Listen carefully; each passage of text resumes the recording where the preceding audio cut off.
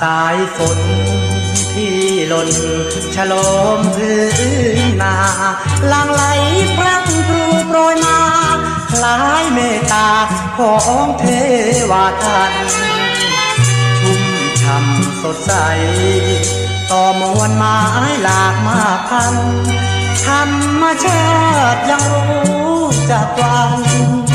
วันแผ่ความเมตตาแต่ใจคนกลายกลับไม่มีน้ำใจเจ้า